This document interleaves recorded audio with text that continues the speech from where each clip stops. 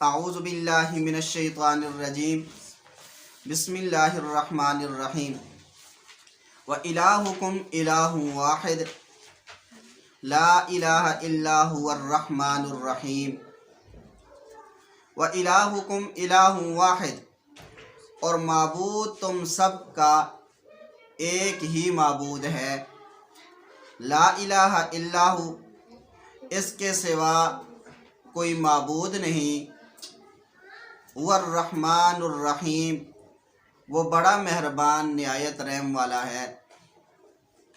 اب دیکھیں اس میں فرمایا وَإِلَٰهُكُمْ إِلَٰهٌ وَاحِدٌ، کہ تمہارا جو معبود ہے وہ صرف اللہ تعالیٰ ہی کی ذات ہے، تو لہٰذا اس کے سوا کسی کی عبادت کرنا یہ حرام ہے، جائز نہیں ہے۔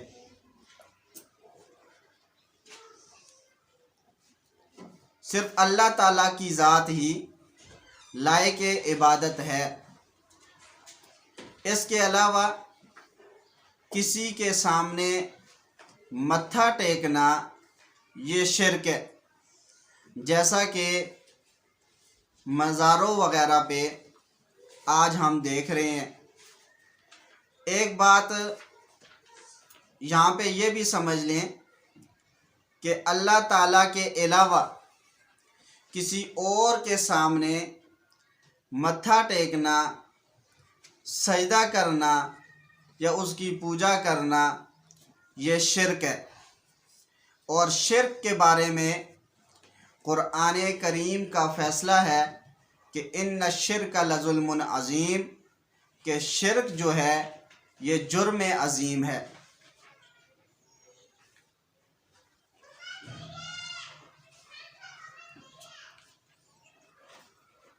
ایک بات یہ بھی سمجھ لیں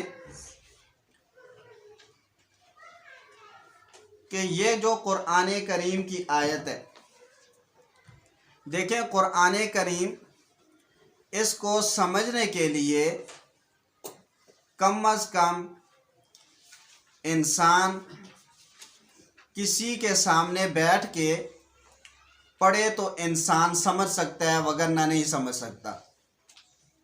انسان اگر خود مطالعہ کرے اور اس کی بنیاد پہ وہ قرآن کریم کو سمجھنا چاہے تو نہیں سمجھ سکتا۔ وہ کیسے؟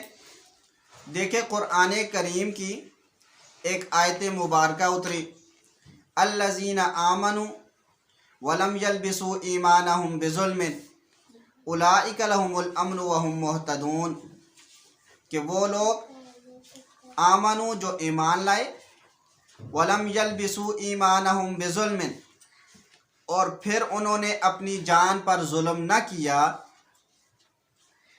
یا وہ لوگ الذین آمنو، وہ لوگ جو ایمان لائے، ولم یلبسوا ایمانہم بظلم، پھر انہوں نے اپنی جان پہ ظلم کیا، اولئک لہم الامن وہم مہتدون، تو اللہ تعالیٰ کا یہ فیصلہ ہے کہ اللہ ان کو ہدایت بھی نہیں دے گا اور اللہ تعالیٰ ان کو جنت بھی عطا نہیں فرمائے گا۔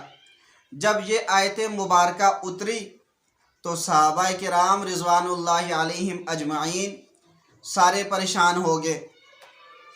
جب پریشان ہوئے تو اللہ کے نبی صلی اللہ علیہ وسلم کے سامنے گئے اور فرمانے لگے، ہے اللہ کے نبی صلی اللہ علیہ وسلم، یہ آیت جو اتری ہے تو اس سے پتہ چلتا ہے کہ ہم میں سے کوئی ایک شخص بھی ایسا نہیں ہے جس نے اپنی جان پہ ظلم نہ کیا ہو، ہم میں سے کوئی ایک بھی ایسا نہیں ہے، کیونکہ دیکھیں صحابہ کی ذات کے بارے میں ہمارا عقیدہ نظریہ یہ نہیں کہ صحابہ یہ معصوم عن الخطا ہیں، کیونکہ معصوم تو صرف نبی ہوتا ہے، صحابی تو معصوم ہوتا ہی نہیں، صحابی محفوظ ہوتا ہے۔ کیا مطلب اس کا یہ ہے کہ صحابی سے گناہ ہو جاتا ہے لیکن اللہ تعالیٰ اس کے نامہ اعمال میں رہنے نہیں دیتے۔ تین چیزیں ہیں، ایک ہے اللہ تعالیٰ کی ذات پاک ہے، اور ایک ہے اللہ کے نبی صلی اللہ علیہ وسلم کی ذات پاک ہے، اور ایک ہے صحابہ کی ذات پاک ہے۔ اب دیکھیں یہ لفظ ایک ہے، لیکن تینوں کے لیے استعمال ہوگا تو تینوں کا معنی الگ ہوگا، علیحدہ ہوگا۔ اللہ کی ذات پاک ہو تو اس کے لیے لفظ سبحان استعمال ہوتا ہے عربی میں، اور نبی علیہ الصلاۃ والسلام کی ذات پاک ہو تو اس کے لیے لفظ معصوم استعمال ہوتا ہے عربی زبان میں، اور صحابہ کی ذات پاک ہے اس کے لیے لفظ محفوظ استعمال ہوتا ہے۔ اب دیکھیں اللہ کی ذات پاک ہے، معنی کیا ہے کہ اللہ تعالیٰ کی ذات مخلوقات کی صفات سے پاک ہے۔ مثال کے طور پہ مخلوق کی صفت ہے کھانا پینا، تو اللہ تعالیٰ کی ذات مخلوقات کی صفات سے پاک ہے۔ تو اسی طریقے سے مخلوق کی صفت ہے اولاد، تو اللہ تعالیٰ کی ذات اولاد سے پاک ہے۔ نمبر 2 کہ نبی علیہ الصلاۃ والسلام کی ذات پاک ہے، اس کا معنی یہ ہوگا کہ نبی علیہ الصلاۃ والسلام کی ذات معصوم عن الخطا ہے، کہ اللہ تعالیٰ کی ذات نبی سے گناہ ہونے نہیں دیتی۔ کیوں؟ اگر اللہ کے نبی صلی اللہ علیہ وسلم سے گناہ ہوگا تو بات اللہ کے نبی پہ آئے گی، ساتھ میں اللہ تعالیٰ کی ذات پہ بھی آئے گی۔ وہ کیسے؟ کیونکہ اللہ کے نبی صلی اللہ علیہ وسلم نے اعلان نبوت خود نہیں کیا، بلکہ اعلان نبوت خدا نے کروایا ہے۔ جو اعلان نبوت کروا رہا ہے اس کے ذمہ نبی کی حفاظت کی ذمہ داری بھی ہے۔ تو اس وجہ سے اللہ کے نبی صلی اللہ علیہ وسلم معصوم عن الخطا ہے۔ اس کو مثال سے سمجھ لیں۔ اب دیکھیں ہمارے ہاں ووٹ ہوتے ہیں، ووٹ کے دوران ہم کسی کو ووٹ دیں وہ ایم این اے بن جاتا ہے، اور ایم این اے بننے کے بعد اگر حکومت اس کو وزیر لگا دے تو پھر وہ کرپشن کرے، اور پھر ہم بات کریں کہ دیکھیں جی حکومت نے ایسے شخص کو ہم پہ وزیر لگایا ہے جو کرپشن کر رہا ہے، تو اس وقت حکومت ہمیں یہ جواب دے گی دیکھیں اگر آپ اس کو ایم این اے نہ بناتے ووٹوں کے ذریعے سے تو ہم وزیر بھی نہ بناتے، تو لہٰذا جہاں پہ ہم پہ بات آ رہی ہے تو آپ پہ بھی آ رہی ہے۔ آپ نے ایم این اے بنایا ہے تو پھر ہم نے وزیر بنایا ہے، آپ ایم این اے نہ بناتے اور پھر ویسے ہم اگر الیکشن سے نہیں سلیکشن سے اس کو وزیر بنا دیتے، تو جب سلیکشن سے وزیر بنتا تو اس صورت میں بات آتی حکومت پہ۔ تو بالکل اسی طریقے سے نبوت یہ وہ بھی چیز ہے، کسبی نہیں ہے کہ اللہ تعالیٰ کے انتخاب سے یہ ملتی ہے، عبادت سے نہیں ملتی جیسا کہ قادیانی کہتا تھا۔ تو اس وجہ سے نبوت وہ بھی چیز ہے، کسبی نہیں ہے۔ اور جب اللہ تعالیٰ نے اعلان نبوت نبی سے کروایا ہے تو اب نبی کو گناہوں سے بچانا یہ بھی اللہ تعالیٰ کی ذمہ داری ہے، تو اس وجہ سے نبی معصوم عن الخطا ہوتا ہے۔ نمبر 3 محفوظ۔ محفوظ کا مطلب یہ ہے کہ اب دیکھیں نبی معصوم عن الخطا تھا، کیا مطلب؟ مخلوق تو ہے، نبی کے اندر وہ صفات پائی جائیں گی جو مخلوقات کے اندر پائی جاتی ہیں۔ مثال کے طور پہ کھانا پینا ہے، اولاد ہونا، یہ تمام کی تمام جو ہے چیزیں یہ مخلوقات کی صفات ہیں، تو اللہ کے نبی صلی اللہ علیہ وسلم کے اندر بھی یہ پائی گئی ہیں۔ لیکن یہ بات ذہن میں رکھیں مخلوق کے اندر جو صفت عیب بنتی ہے اللہ کے نبی صلی اللہ علیہ وسلم اس سے پاک ہیں۔ مثال کے طور پہ شراب پینا، اب یہ دیکھیں مخلوق شراب پیتی ہے لیکن یہ صفت اس کے اندر عیب بن رہی ہے، تو اللہ کے نبی صلی اللہ علیہ وسلم کی ذات اس سے پاک ہے۔ اسی طریقے سے حرام کھانا، اب یہ دیکھیں یہ مخلوق کے اندر یہ صفت عیب بن رہی ہے، اللہ کے نبی صلی اللہ علیہ وسلم کی ذات اس سے پاک ہیں۔ نمبر 3 ہے صحابہ محفوظ عن الخطا ہوتے ہیں۔ کیا مطلب؟ کہ صحابہ سے گناہ ہو جاتا ہے، صحابہ ان سے گناہ ہو جاتا ہے، کبھی حرام بھی کھا لیتے ہیں ممکن ہے، اور اسی طریقے سے شراب بھی پی لی یہ بھی ممکن ہے، لیکن صحابی کہ نامہ اعمال میں اللہ اس گناہ کو رہنے نہیں دیتے، تو اس وجہ سے کہا جاتا ہے کہ صحابی محفوظ عن الخطا ہے۔ اب سمجھ آ گئی؟ یہ 3 لفظ ہیں، تینوں کے الگ الگ معنی ہیں، تو اس وجہ سے اللہ کی ذات پاک ہے مطلب علادہ ہے، نبی کی ذات پاک ہے مطلب علادہ ہے، اور صحابی کی ذات پاک ہے مطلب علادہ ہے۔ میں بات کر رہا تھا، یہ جب آیت اتری الذین آمنوا ولم یلبسوا ایمانہم بظلم، تو صحابہ نبی علیہ الصلوۃ والسلام کی خدمت میں آئے اور فرمانے لگے، ہے اللہ کے نبی صلی اللہ علیہ وسلم، ہم میں سے کوئی بھی شخص ایسا نہیں ہے کہ جس نے اپنی جان پہ ظلم نہ کیا ہو، تو لہٰذا ہم تو جنت میں نہیں جائیں گے پھر۔ تو اس وقت اللہ کے نبی صلی اللہ علیہ وسلم نے فرمایا، دیکھو اس آیت کا وہ مطلب نہیں ہے جو تم نے مراد لیا ہے۔ اب دیکھیں، صحابہ صاحب لسان تھے، عربی زبان میں مہارت رکھتے تھے، فصاحت و بلاغت کو جانتے تھے، اس کے باوجود بھی جب تک اللہ کے نبی صلی اللہ علیہ وسلم نے اس کا معنی نہیں بتلایا ہے، اس وقت تک صحابی بھی اس کے معنی کو نہیں سمجھ سکا۔ تو اس وجہ سے فرمایا الذین آمنوا ولم یلبسوا ایمانہم بظلم اولئک لہم الامن۔ تو یہاں پر ظلم سے مراد، اللہ کے نبی صلی اللہ علیہ وسلم نے فرمایا ظلم سے مراد یہ شرک ہے۔ اب دیکھیں اس کی تشریح، حضرت لقمان علیہ الصلوۃ والسلام نے اپنے بیٹے سے فرمایا تھا، یا بنی لا تشرک باللہ، اے میرے بیٹے اللہ کے ساتھ کسی کو شریک نہ ٹھہرانا۔ کیوں؟ ان الشرک لظلم عظیم، شرک جو ہے یہ جرم عظیم ہے، ظلم عظیم ہے۔ تو اس وجہ سے اس کی تفسیر یہ ہے۔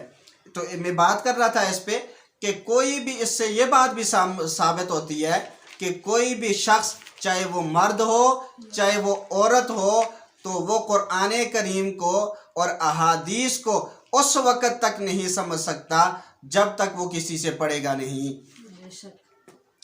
نمبر 2، اسماء حسنہ، حدیث مبارک۔ سنن ترمذی کے اندر بھی یہ روایت موجود ہے، جلد 2 کے اندر۔ اسی طریقے سے صحیح بخاری کے اندر بھی یہ روایت موجود ہے، لیکن اس کے الفاظ میں تھوڑا سا فرق ہے، معنی اس کا تقریباً یہی ہے۔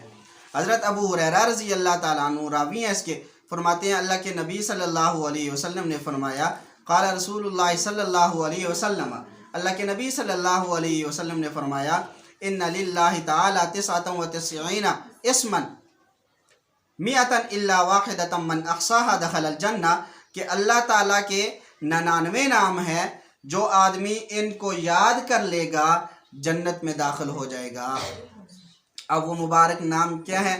وہ نیچے ہیں، دیکھیں، بسم اللہ الرحمن الرحیم، واللہ الذی لا الہ الا هو الرحمن الرحیم، الملک القدوس السلام المؤمن المہیمن العزیز الجبار المتکبر الخالق البارئ المصور الغفار القہار الوہاب الرزاق الفتاح العلیم القابض الباسط الخافض الرافع المعز المذل السمیع البصیر الحکم العدل اللطیف الخبیر الحلیم العظیم الغفور الشکور العلی الکبیر الحفیظ المقیت الحسیب الجلیل الکریم الرقیب المجیب الواسع الحکیم الودود المجید الباعث الشہید الحق الوکیل القوی المتین الولی الحمید المحصی المبدئ المعید المحیی الممیت الحی القیوم الواجد الماجد الواحد الاحد الصمد القادر المقتدر المقدم المؤخر الاول الآخر الظاہر الباطن الوالی المتعال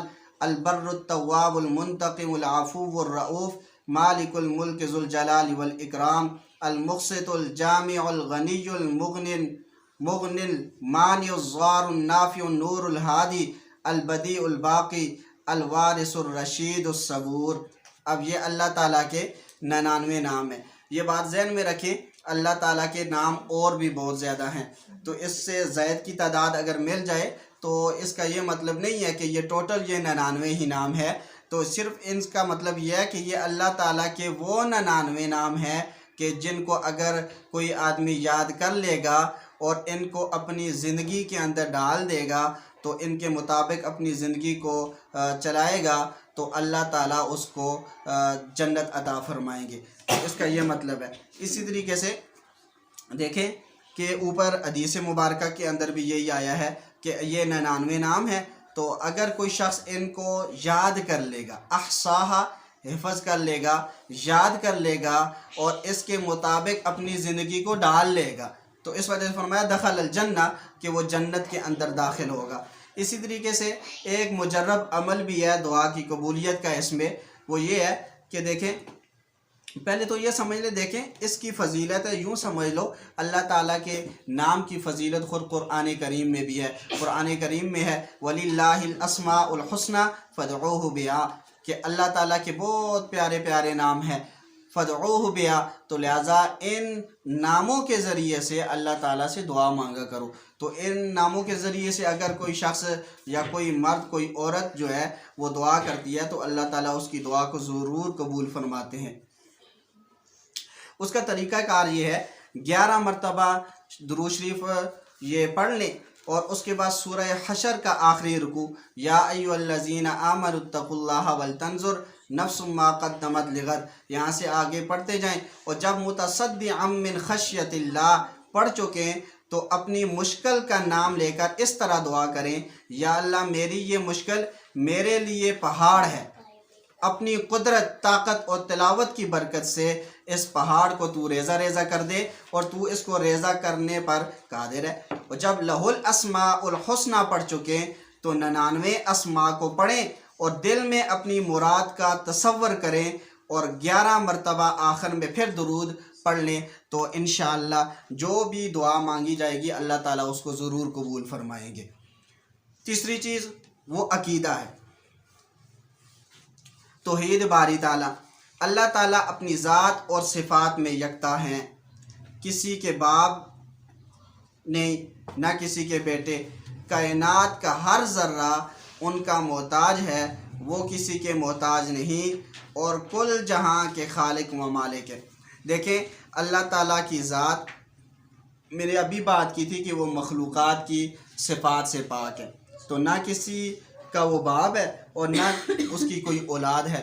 تو ملائکہ کو یہ جو کافر تھے یہ قرآن کریم میں آتا ہے ہم بنات اللہ، یہ اللہ تعالیٰ کی بیٹیاں مانتے تھے، تو اس کی قرآن کریم نے بھرپور طریقے سے تردید کی ہے، اور یہ کہا ہے کہ تم اپنے لیے تو بیٹیاں پسند نہیں کرتے اور اللہ تعالیٰ کے لیے تم بیٹیاں پسند کرتے ہو، تو لہٰذا اللہ تعالیٰ کی ذات مخلوقات کی صفات سے پاک ہے۔ نمبر 4 مسئلہ پانی سے استنجا کرنے کے احکام۔ استنجا کی 4 قسمیں، نمبر 1 فرض، نمبر 2 واجب، نمبر 3 سنت، نمبر 4 بدعت۔ فرض کیا ہے؟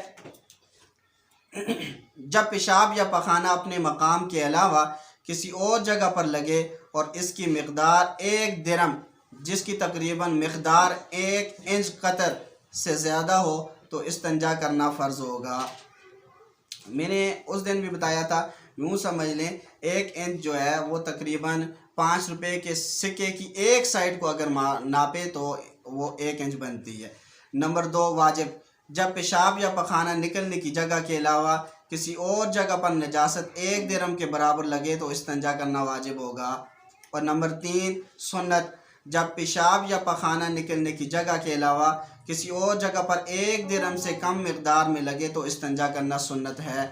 اور نمبر 4 بدعت، بغیر کسی وجہ سے استنجا کرتے رہنا، مثلا ہوا کے خارج ہونے پر استنجا کرنا، یہ استنجا کرنا جو ہے یہ بدعت ہے، کہ اگر اس ہوا خارج ہوئی ہے اور اس کی وجہ سے وہ بار بار جا کے کیا کر رہا ہے جی، ایک آدمی کو مرض ہے تو جس کی وجہ سے وہ بار بار استنجا کرتا ہے تو یہ استنجا کرنا بدعت ہے، اسے چاہیے صرف وضو دوبارہ بنا لے، استنجا کرنے کی ضرورت نہیں ہے۔